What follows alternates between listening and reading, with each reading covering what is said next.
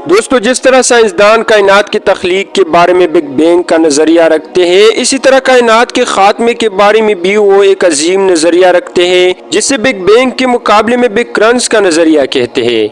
اس کے مطابق ہماری کائنات ایک انتہا تک پھیلنے کے بعد واپس لپٹنا شروع کر دے گی اور آخر کار ایک ایسے نقطے میں بند ہو جائے گی جہاں سے اس کی شروعات ہوئی تھی۔ اور ہم سب بحیثیت مسلمان یہ بات جانتے ہیں کہ وہ روز حشر یا قیامت کا دن ہوگا، جبکہ اس کا ذکر قرآن پاک کی سورہ الانبیاء کے آیت نمبر 104 کے اندر اللہ تعالیٰ کچھ یوں فرماتا ہے کہ اس دن ہم آسمان کو اس طرح لپیٹ دیں گے جس طرح لکھے ہوئے کاغذ کو لپیٹ دیا جاتا ہے،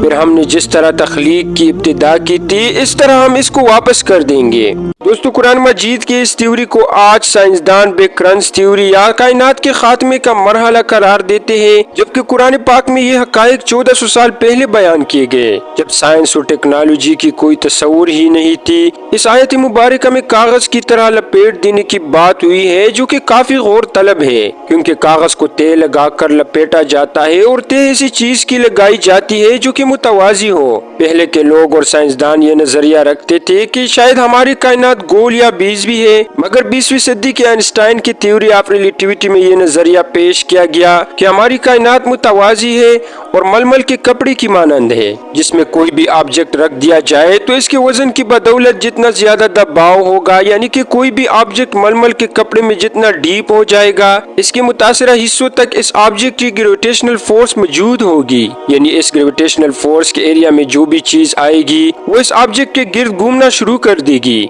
مثال کے طور پر ہماری زمین اپنے وزن کے حساب سے خلا میں جتنا زیادہ ڈیپ ہے، اس کے اثرات چاند تک موجود ہے، لہٰذا یہی وجہ ہے کہ چاند ہماری زمین کے گرد اس کی گریویٹیشنل فورس کی وجہ سے گھومنے پر مجبور ہے۔ بالکل اسی طرح سورج کی خلا میں ڈیپ ہونے سے اس کی زیادہ ماس ہونے کی وجہ سے اس کی گریویٹیشنل فورس یا کشش ثقل کے اثرات پلوٹو سیارے تک موجود ہے، جو کہ اتنے فاصلے پر بھی سورج کی گریویٹیشنل فورس کے اثرات میں آتا ہے اور اس کے گرد گھومتا ہے، جبکہ حالیہ تحقیقی رپورٹ کے مطابق پلوٹو سورج کے مدار سے نکل کر اب کائنات میں آزاد گھوم رہا ہے۔ دوستو، کائنات کی تخلیق اور خاتمے کے بارے میں آج کی ترقی یافتہ سائنس جو نظریہ پیش کرتے ہیں وہ 1400 سال پہلے اللہ تعالیٰ نے بیان کیے تھے، لیکن پھر بھی یہ لوگ اپنی ہر درمی سے باز نہیں آتے۔ بے شک 1400 سال پہلے ان حقائق کو صرف وہی ہستی بیان کر سکتا ہے جو انہوں نے ان سارے نظام کو پیدا کیا ہو،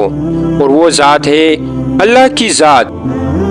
مجھے امید ہے کہ آج کی اس ویڈیو سے آپ کو بہت کچھ نیا جاننے کو ملا ہوگا، تو پھر اس طرح مزید انفارمیٹیو ویڈیوز کے لیے ہمارے چینل کو ضرور سبسکرائب کریں۔ Thanks for watching this video. اجازت چاہتا ہوں، اللہ حافظ۔